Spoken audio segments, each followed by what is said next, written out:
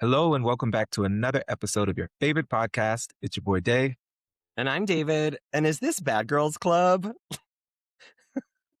This is Call Me Limo. It was from guess where? Love Love Island. Island. Yeah. Mm-hmm.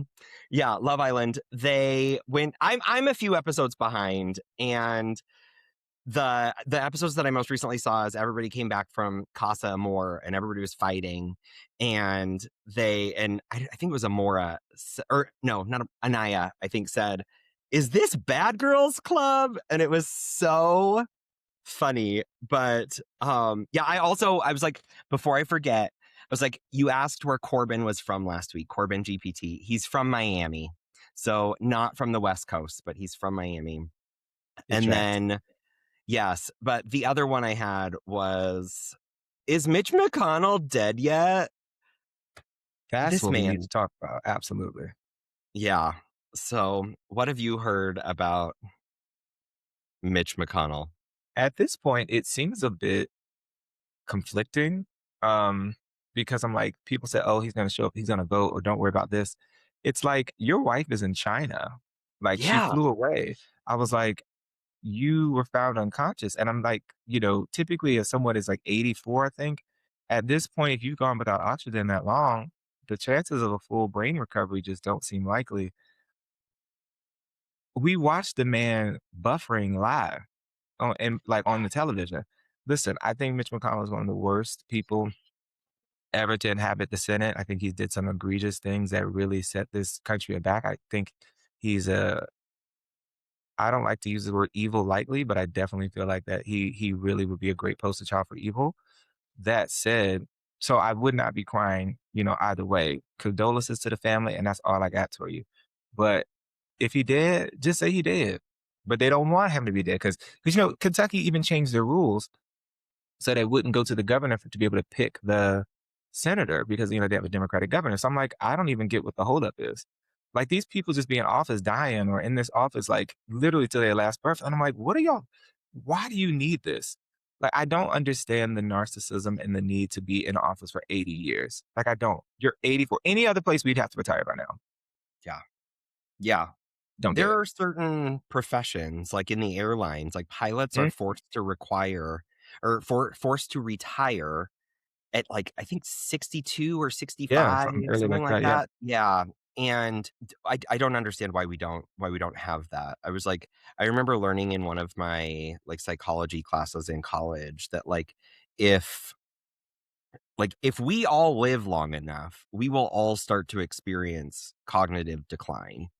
And I've told my therapist that I hope I live long enough where I start to actually I don't know if I want to. But like I was gonna say, I hope I live long enough to get dementia, but I was like, I don't know if I fully believe that now as I am aging. But like, Dementia's cruel. I don't want that. yeah. It's Yeah, I cruel. just want to live long. But yeah, I was like, why are we allowing these people to continue to make decisions and hold power when they are one, like so evil, but two, like just yeah. I did think it was like, oh wow, the his wife just leaving him on like, I don't know, was it a couple of days into him being in the hospital. I saw that the Kentucky governor, Andy Bashir, is that his name? Yeah. Who is a Democrat, like wrote a strongly worded letter. The Democrats are resisting. Democratic Governor Andy Beshear wrote a strongly worded letter to Mitch McConnell in his office saying basically, where are you? We need to know. What I think has been really funny out of this whole thing is like the trend online where people will say like, so I just got off the phone with Mitch McConnell and I saw that he has endorsed Bryce and Trinity for Love Island and he loves their like interracial relationship. And so like just like so many things like that. And I think that's really funny, but also just like we we need something to like whether it's age limits, term limits, both. Yeah, I've Yeah. definitely I think I've moved into the camp of age limits. If you're gonna put a minimum, there can be a maximum.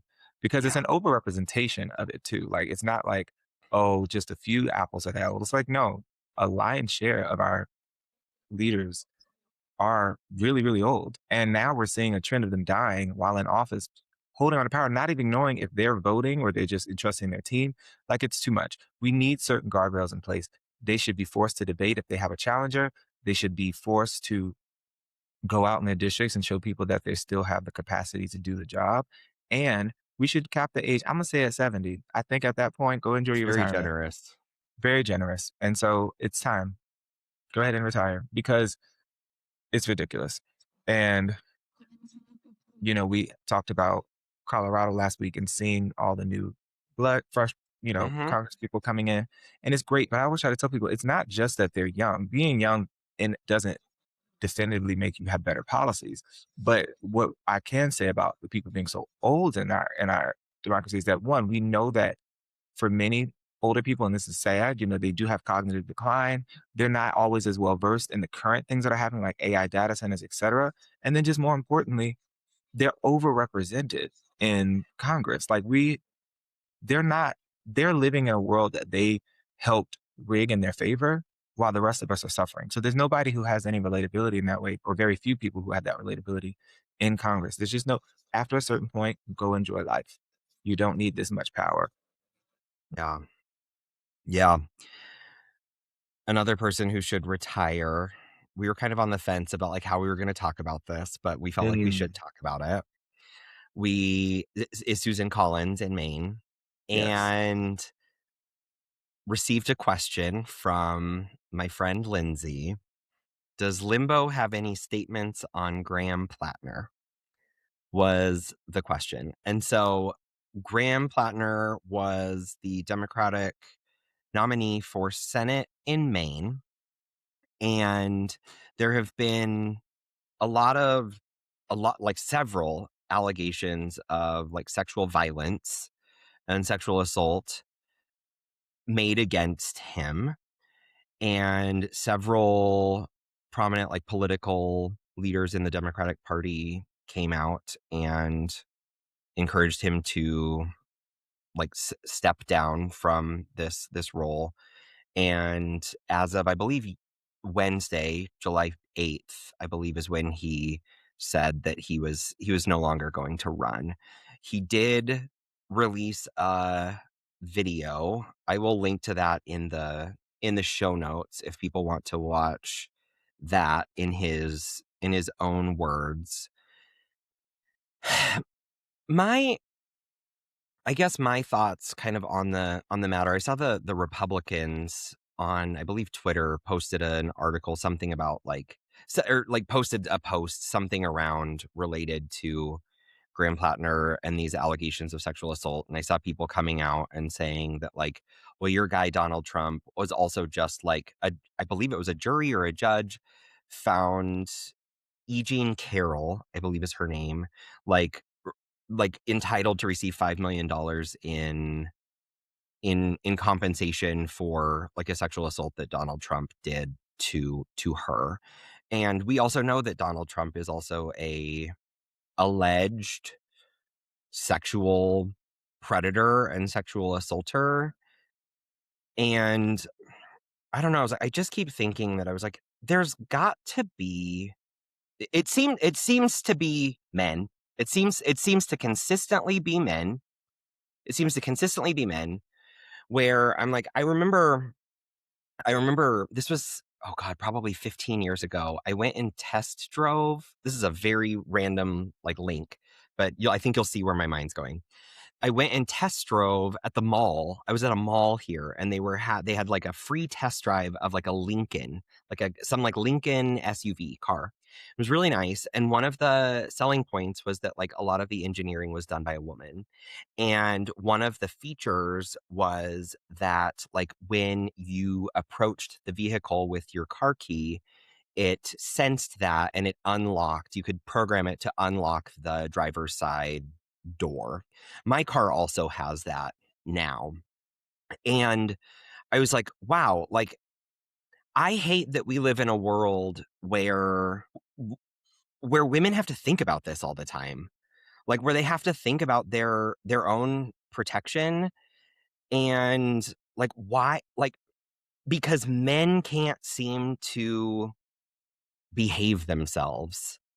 I had another friend who I'm not going to say their name because I'm not sure if she wanted like me to like reference her with this, but she had also said and I'm paraphrasing here, but like I wonder if I wonder if men realize how like frequently they like commit these acts of sexual violence and not even realize it.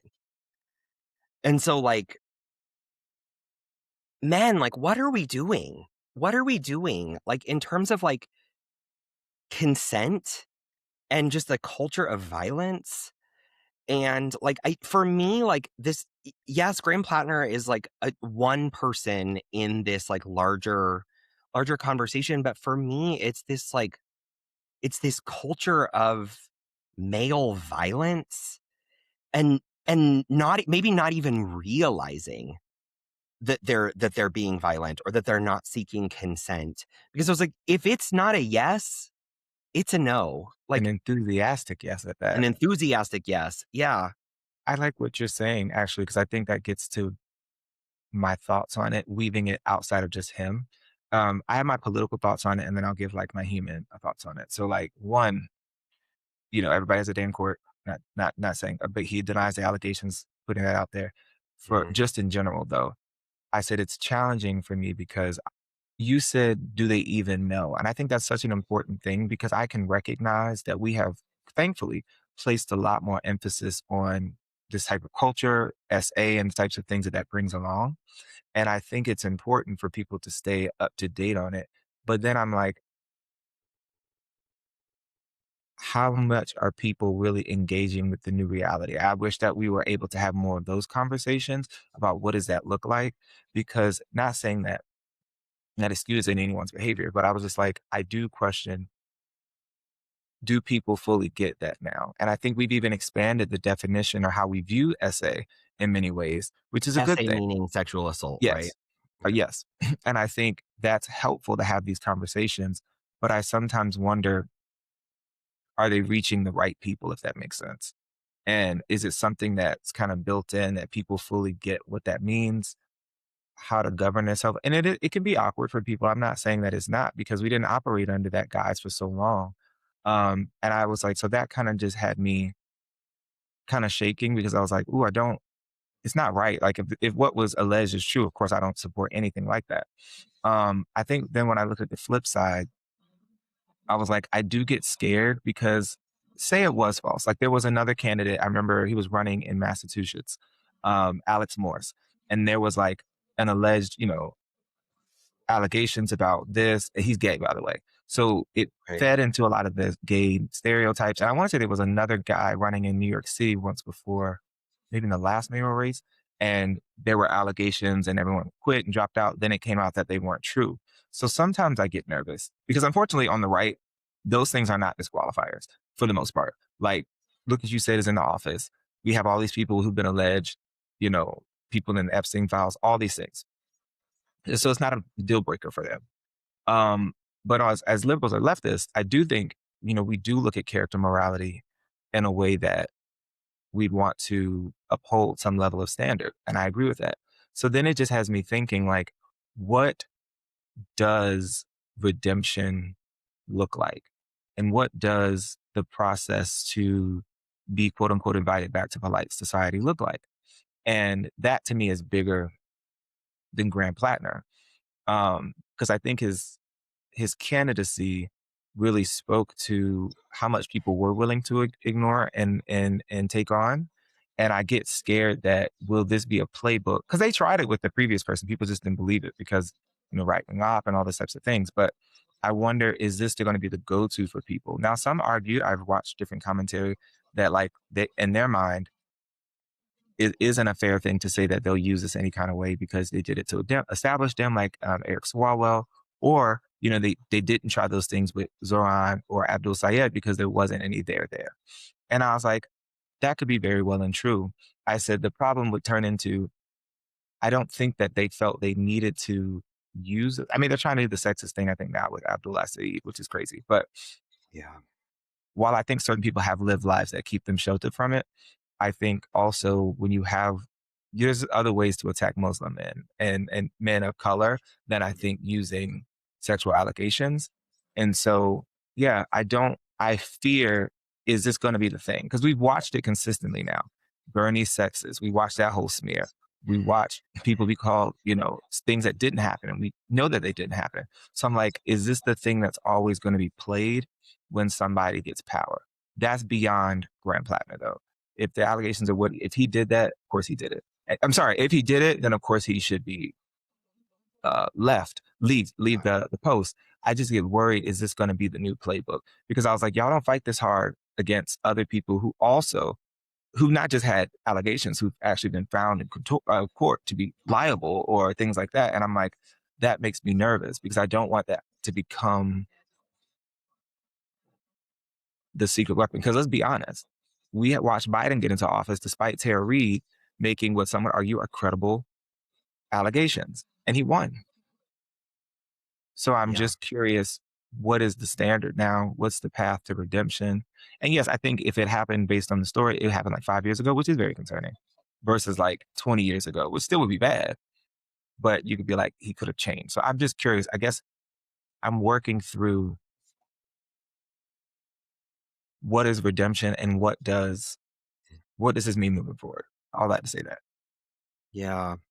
As you were talking too, I also just kept thinking that I was like, it's a lot of white men who are doing this. And I was like, as the resident white man, like we need to take a look in the mirror. Like we as white people, like and white men, like have, I don't know, think that we don't have to be accountable to a lot of things in life because the doors just seem to open for us, but we don't realize that Mhm. someone's there holding it for us. And yeah, there needs to be some accountability. I also like just kind of thinking about this conversation that we're having around just like the culture of like sexuality or sexual ethics. There's a conversation happening in my hometown right now in Scottsbluff, Nebraska. This is the same place where the dog pulled the gun trigger at the Yes. gas station, Yes. shot someone. Yeah. Wrote a story about that. So We thank you. did, and there's an Instagram and TikTok video about this at Call Me Limbo Pod, and there's a conversation happening right now that evidently there's a gentleman's club that's going to be opening up in my hometown. And I'm going to put a link to this article in the show notes. There were, I believe it said about 12 people who came to city council to testify or like to just to talk, and they were all against this gentleman's club going in, and they look exactly how you imagine they would. I saw them all and I was like, they had to have taken a break from their Klan rally to come to the city council meeting to talk about how we should not have a gentleman's club. But again, I remember too, growing up, it was probably when I was like 16 or 17, because I remember being kind of excited about this new like sex store that was opening Mm. up in Scottsbluff as well at the same time, called Dr. John's. And so there were a lot of people very upset about this store coming in, but what they were even more upset about was the marquee, the sign in front of the building. It was this huge image of this woman in basically a like some lingerie, like a bra and panties. It was no different than what you would see in like a Victoria's Secret Yeah. commercial or like, Straight propaganda. yeah, it was heterosexual propaganda. Yeah. It was. And like it was always think about the children, think about the kids, like, and then like it was this culture around like prudeness and like there was no liberation there. Let's just say Purity that. culture. Yeah. Very much purity culture. And also thinking about like, if we can't necessarily have like conversations around like sexual liberation like we have had on this show with friend of Phoebe Award winner and past guest Nick Castro, like conversations like that where people feel comfortable like negotiating consent and exploring what they might be interested in or like creating safe words because there isn't a culture or a climate or spaces or an environment to go in and explore this stuff and to like have established norms around it, Yes. then you're going to start creating situations where like assault is happening and people don't even realize they're assaulting other people. And I was Yeah. like, I'm not saying that the person who is assaulting someone should not be held accountable, Of but like course. Yeah. there is a large culture around, you're right, sexual ethics and prudeness and purity culture that I think also has has a little bit of a layer into this too. Yeah. I like that you said that because it's like this is what sex education could look like.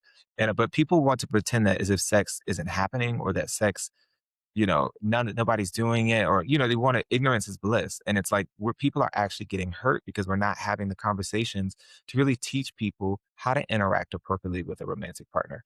And actually that kind of leads to what I'd seen online, and I wanted your thoughts because I heard a bunch of people. So it was on Facebook and it was in a group. Somebody sent me the message and it said, what would you do if your 16-year-old son asked you if it was okay if his boyfriend could stay overnight? And I was very fascinated by like the different degrees of like some people, absolutely not. That's terrible. So people like, I'd rather them be safe and, doing the home. So I was curious, what were your thoughts? Like, what would have happened in Nebraska if something like that were to be asked? And then what do Yeah. you think should be the answer? Yeah. So was the parent that was asking this like a parent of like a young woman or a young man? Because I think that This that one sounds like also, it looks like the original poster was saying that it was asking about a son bringing home his boyfriend. But people did respond in okay. the comments. Some did respond with, it's different if it's girls, which I can read later. But yeah. But this scenario is Yeah. son bringing over their partner. Okay. Or maybe Cool. a At girl 16. bringing over their partner. Who knows? Yeah. Yeah. Because I think that again, I think the standards of behavior and acceptance around like what is okay, we have very different expectations of what's okay for a young woman and a young man. But I remember having this conversation with my parents, and Mm. when I think it was maybe when I was in college because I'd already come out at that point. And my parents were talking about like we had some cousins that were coming to visit, and heterosexual in a heterosexual relationship. And my mom said, I don't mind that they like live together in like where they live, but like in this house, they're gonna sleep in separate beds. Interesting. And yeah, grown adults, and who were probably like, I don't know, at least in their late 20s at that point, because they were older than me. And and my mom said, until they are married, then they can sleep in the same bed here. And at the time, same-sex marriage was illegal. And I Mhm. said to my mom, I said, I said, well, if that's the standard that you're going on, I said, if I were to ever bring home a partner, and I said, regardless of how long that we had been together, because the US federal government would not recognize that union as legal or credible, you're saying that I would never be able to say, like, stay in the same bed as my partner in this house. And like, because there's like I think that there's a level of internalized, whether it's conscious or not, homophobia in kind of creating some of these these arbitrary rules. And my mom was like, you know what, you're right, like, and so like she changed her mind, which is great. We love to Yeah. see it. We love to see people change their minds when presented with new New information. information. That's right. And so I was like, so it became kind of a non-issue. But again, and my family is like relatively progressive. My mom loves Zoran. Like Really, she we love to see. yes. Love to Yes. see. she was really excited about Maylot winning here in Colorado. And so I was like, I think even people who are like progressive in these small towns, or maybe it's generational, I don't know too, again, around this purity culture, I I think that the thing that kind of stands out to me is around like the 16 years old thing. And so I was like, I remember as well, like growing up in Nebraska, there was this like big conversation around there's gonna be a lot of labels and warnings on this Okay. episode. um I remember there was a conversation around like statutory rape a Mm, lot in my hometown because around like I don't remember what if there was a if it was like an age difference or if it was like someone who was 18 or older dating someone who was younger than 18. gotcha. And so like again,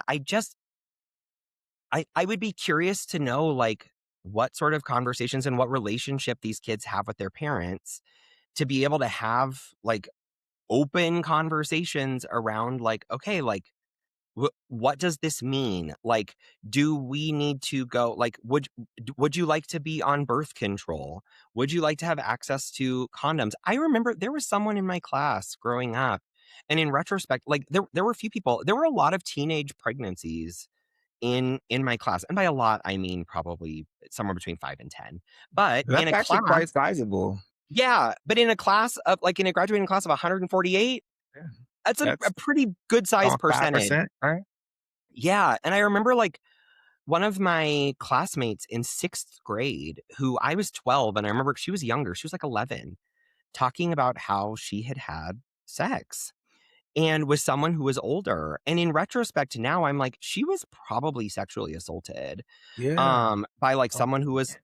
um probably either a high school student or like, and I was like, ugh, like that. Ugh. And I was like, I remember as well, like someone in 9th grade, I was 15, and I think she was 14 or 15, gave birth to a child. And so I was like, Oh, and I was wow. like, and there were several kids, like they because they're kids who gave birth. And so I was like, I just my like, the thing is, I was like, I don't really talk to this side of the family, but like my on I have a cousin who became a grandma at like 36. And so like because of this kind of intergenerational like young having children really really young. And so I was like my sex education a little bit from my family was if you ever like after we left that side of the family and found out that that cousin was pregnant was if you ever want to have sex you better find condoms or like talk to us and get on birth control because Yeah. like the conversation was like, you will not become a teen parent. Yeah. um and so I was like again I think that there's some elements of like social class as well, like kind of embedded Mm, in there and classism from my own experience, from like kind of what I've seen and the messages that I've heard. But like, I don't know, I'm not immediately like outright opposed to it because I was like, I remember having sleepovers at like in like 4th grade, like with friends. And I was but like, this one I think is different because 'cause they're saying it's a partner. It's like a romantic partner, not just some friends coming over. But sure. so I do feel you on that, but it's like in this premise, it's really you know that this is someone your child is dating. Because some Yeah. people were saying some crazy stuff. So I'll read a few Okay. to get a little flavor of the situation. Because one person I remember was like, "Oh, well, they can't get pregnant because it's two boys, so what's the big deal?" Well, Some I can people say the situation is different with a daughter because girls can get pregnant, and that can lead to other hardships. But since you have a boy, and if you remember how you were at 16, I'd say be open and make sure he feels comfortable talking to you. Blah blah blah. Somebody said, I think it's okay, but isn't allowed in the same bed. Some people ask you this question: What would you do if it was your 16-year-old daughter? Somebody said I would have been scared as a gay. I would have been scared to ask my parents if that's something like that. And actually, that's actually where I kind of leveled at it. I said, I hate to say it, but I'm gonna say it. At first, reading, I said, "This is white people stuff," because like yeah. I just couldn't fathom opening my lips to do that. But Mhm. I'm sure it exists. So like for me, my impulse is I probably would not want it. I go, mm-mm. But I also have to realize if I take my impulse hat off and I put on hey, if you do say that, they're not gonna come to you anymore in times of need, and you want them to. So I Right. don't know. Maybe I'd be like, I would tell them I wouldn't want y'all hanky panking in my house, but if you're gonna do it, here are some, here are safe practices and things like that. Yeah, I don't know. That it really tears me because I'm like, why are you doing this? And why are you doing this in the house? Like where's the where's the respect, you know? So I don't know. I Yeah. I want to say that I'd be progressive enough to say sure, but I don't know if I'm that progressive. I might be like, it's not, they can come by, they can hang out at the house, keep the door open, but doing something because I'm like, well, are you putting them at risk to do it in places they shouldn't be and blah blah blah. I'm like, I don't know. Yeah. Just have some respect. I was still I can't believe I'm gonna say this. I was still jerking it into a sock with my door open. Like as it, so I was like, you can still do things Thank y'all with for the watching door and open. listening So to it's this like episode. again, I think yeah, I think I would just like you're right. I can't imagine having that conversation with my parents. But like the fact that this person did, I was like, wow, like what a great relationship. You know who I would love to ask this question to is Hmm. former guest of the podcast, the attachment nerd, Eli Oh, Hurwood. Eli, yeah, that would be a Yes, great question for her. Eli, if you're listening, I would love Yes, for you to write in and let us know. But yeah, I okay, so hard pivot. I was like, I I just booked a flight to Chicago nice. in September, at the end of September. Shoot, let me pack me. Let me get And me a bag. Let me get me a bag. yeah, I'm flying over. I'm coming because I'm sick of this. I need a break. yeah, I'm excited. And so I was like, it's so funny because like as I literally just got back from being gone for 2 weeks. Listen, And I was like, I'm so ready to stay put. I just want to be in Denver for a while. And now I'm like, okay, I'm booking a flight. But it's too much. it, You're close. yeah, exactly. And I was like, I was invited to like a family, kind of like a family reunion event with past Mm. guest in front of the show, Lindsay Tallman, Oh, that's and friend all. of Phoebe Award winner. And so I'm gonna go out to her family's like fall festival, which it's I went last year and had the best time. And so like the fact that I got like another invite was so sweet. That's awesome. And yeah, and so it's like I always book like basic economy generally because I was like, I don't want to give the airlines more. I don't It's really not that care what long I flight. It's not a long no, it's flight. like an hour and a half. Exactly. But I noticed that on American Airlines, which is the airline that I booked it on, for a checked bag now, I'm just gonna let you guess. Guess how much it is for the first checked bag. If I were to check a bag, $50. $50. Oh, I Yes, was right. Oh, wow. you were right. Yes, How much $50. did they used to be? I never checked bags in. I don't think. I'm trying to So think. I remember as well, like when airlines first started charging for baggage, I was in college because I remember flying back from Cedar Rapids, Iowa, back to Denver, and I remember I think it was United at the time. They charge it, the first two bags were free, and then they changed it where it was like the first bag is free, but the second bag will cost you like $20, Whew. $25, something like that. Then I remember it like for quite a while, a checked bag was around like $30, $35. Then recently, under the under the guise or the reasoning of higher gas prices, these airlines were saying, oh, well, we need to temporarily raise our baggage fees to offset the fuel costs. These are never temporary. This is never temporary. I would be shocked, and I hope these airlines prove me wrong that they will bring their checked bag prices back down. Because now from what I understand, there are no airlines that like in economy that you can check a bag for free. Southwest used to be, and then they were Yeah, purchased by private they didn't equity. go. So Mhm. like, yeah. And I was expecting when they did that to like maybe have like the second bag cost, but like the fact that they just did away with both of them, people who like were very loyal to Southwest are not happy. But Oh yeah, they only fly Boeings, so I kind of stopped flying them because of my own yes. paranoia. But yeah, I'm on Airbuses both ways there and back. Just by the way. So for But yeah, those who were, I was so surprised at the cost. But yeah. I think too, I think because in my head, I was thinking of like when you had that overage and I felt like it Yeah. was like if you were trying to weigh it. So now that is, I mean, it's still on top of a ticket, you're paying to carry luggage and you're doing, it's a lot to deal with. And I think that honestly, while I'm trying to get in the spirit of travel, actually, I'm supposed to travel around that same time. We'll see. I got to Right. book the flight and everything. But no, I agree. It sucks when it feels like everyday basic essentials or basic things have just become unattainable because you're just like, I'm just taking a 1 hour flight.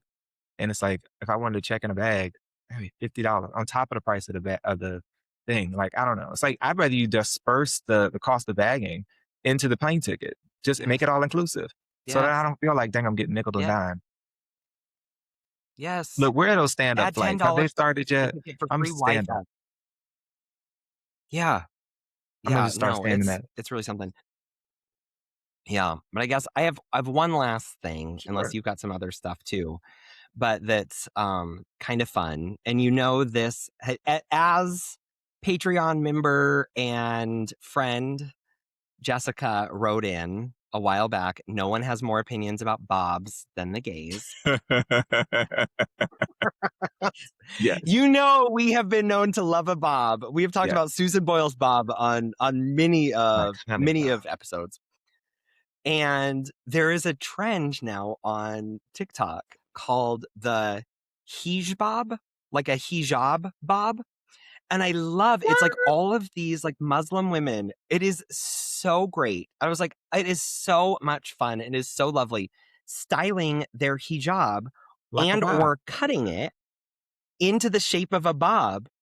And like Oh, I'm here it's for this. incredible. It's incredible. I'll put a link to it in the show Please, notes. I wanna see that. That's And funny. there's also a song that like that is like tied Trending with into it it. too. And so then like the guy who created the song is like, "Oh my god, like I like go stream my song. I love that this is like That's so this is cool. what yeah, it's just so fun." And I was like, that is like it's little things like that that are bringing me joy right now because again, like the empire, I would say the empire is dead. Not just crumbling, but the empire is dead. We had America's funeral last Yes. week on the 4th of July. And so I was like, for me, it's build a new empire time. Like, Yeah. it's like, okay, manage the decline while also rebuild something new. And I was like, if Mhm. the Hej Bob is going to bring me joy and just bob haircuts are going to bring me joy, I, Get it where you can that's get what it. I'm living for right now. That and Love Island. There you go. As long as Yeah, we have something, trust me, I definitely get it. And I'm now eager to see this because you know I'm on Instagram, so so the fun. trends come from TikTok to Instagram a little late. So I'm excited to start. Once you send it to me, I'll see all the bobs because then it'll start showing up. So Oh, it's so fun. So yeah, I will do that. But yeah, I we have some other stuff that we want to talk about next week as well that like we were going to talk about this week, but we want to like do a little bit more research on. yes. Um so yeah, so stay tuned. But this was episode 175 day. What? Like yeah, which is wild that we've been doing this consistently.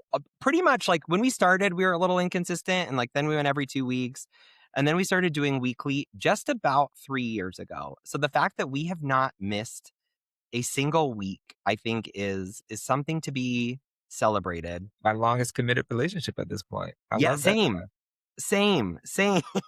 Thank you for listening because y'all still listen. We still see the numbers go up on certain months, and it's like, wow, they really Yeah. like this. So thank y'all. Yes. So yes, thank you. And oh my God, I forgot to tell you too. I don't think I told you this.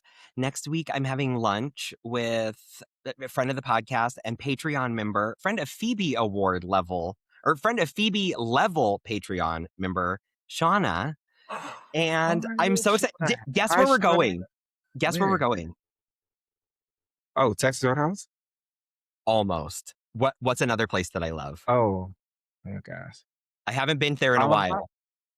Huh? It's not Olive Garden, is it? No. Oh, Red hold on, my brain, I Lobster. feel like I know what. We're Red going to Red Lobster. Lobster. We're Oh, going to Red yes, we Lobster. love that. Yes. And Red Lobster has reservations. Did you know this? What? You can make a reservation at Red Lobster. I made a reservation for our lunch date at Red Lobster. Do they have all you can eat shrimp? I'm not sure. I need to check. But they I think changed the menu. You know, yeah. they tried to up with the new CEO. They tried to make it better. So I look forward to your report on Yes. how it is now.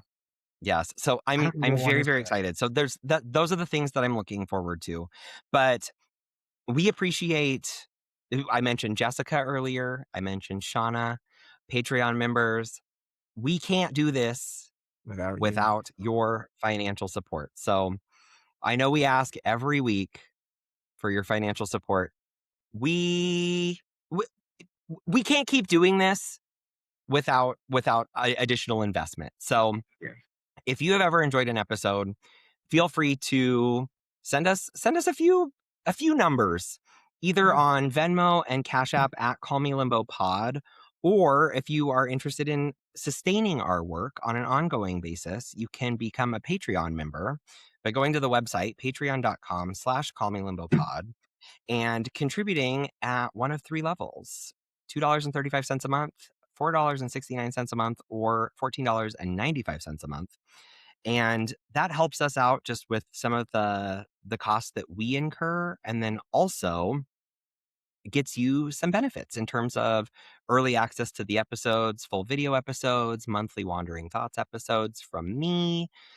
And then we want to start doing some more stuff for Patreon, but we Yeah. we also would love for more people to see it. So please, we welcome your support. If you've thought about it, and if you ever you know what, I want to invest in something independent, and because Day and I, with our handful of Patreon supporters, have kind of funded this for the last three and a Yeah. half years, and we would love some additional financial support from you if you are able. So again, the We website is appreciate it. patreon.com/Call Me Limbo Pod, or Venmo and Cash App at Call Me Limbo Pod. You can also get in touch with us at Call Me Limbo Pod on Instagram, Twitter, TikTok, and Threads, or send us an email at callmelimbopod@gmail.com. And you can also go to Substack and read some of our past written work. And you can also get some of our episodes are emailed to you that way as well. So callmelimbopod.substack.com. And we'd love for you to as well share this episode with a friend, frenemy, Please. family member, and also rate us 5 stars on Apple Podcasts and Spotify, or the platform where you listen. Yeah. And, Day, it's like I always say, if freedom offends you, you're free to leave. I like that one. I can't wait to use that. Oh Yeah, god. that was a shirt that I saw on the 4th of July. So I was like, that's really funny. The other one That's that I had was, like I always say, boo, Corbin, boo, tomato, tomato. That's been like my vocal stim this week from Corbin we're gonna GPT. watch it. Yeah, you've I'm got gonna watch the to. show so we can do maybe next week episode. I can talk to you about Love Island because the Yes. people have been wanting it. You have been wanting it. So if I'm gonna make an effort to watch the new season so we can talk about Yes. Well, there's only about 31 or 32 episodes to catch up on now. They're long seasons. it. I might have to peruse some of them, put them on 2 speed, but I will Mhm. try to watch some. I didn't know that season was this season was that long. Good lord. Yeah, they're all very long. So I Mm, think the finale is this weekend. okay, so I'll see what I can do beyond. And I Yeah. figured out what I'm gonna. David doesn't even know this. I'm telling him after we get Ooh. off. But I have felt inspired for my next article. I know what it's gonna be, and Ooh. it's actually gonna be about my writing about my first love, which is music. Oh, So I love this. look forward to me getting back in my writing bag. Sorry, y'all. When you write for work, it becomes exhausting trying to write other things until I'm like really inspired. So I hope you guys enjoy it. Yeah. So, yay. Well, I'm excited to read that. I really like your music articles that you've written Thank you. in the past. I think they're really fun to read. So, yeah. Thank you. I'm excited. Well, y'all, thank you so much for spending your time with us. Remember, when my name is Day and when they go low, We join Bad Girls Club. yeah. So So call call me me Limbo. Limpo. Bye. Goodbye.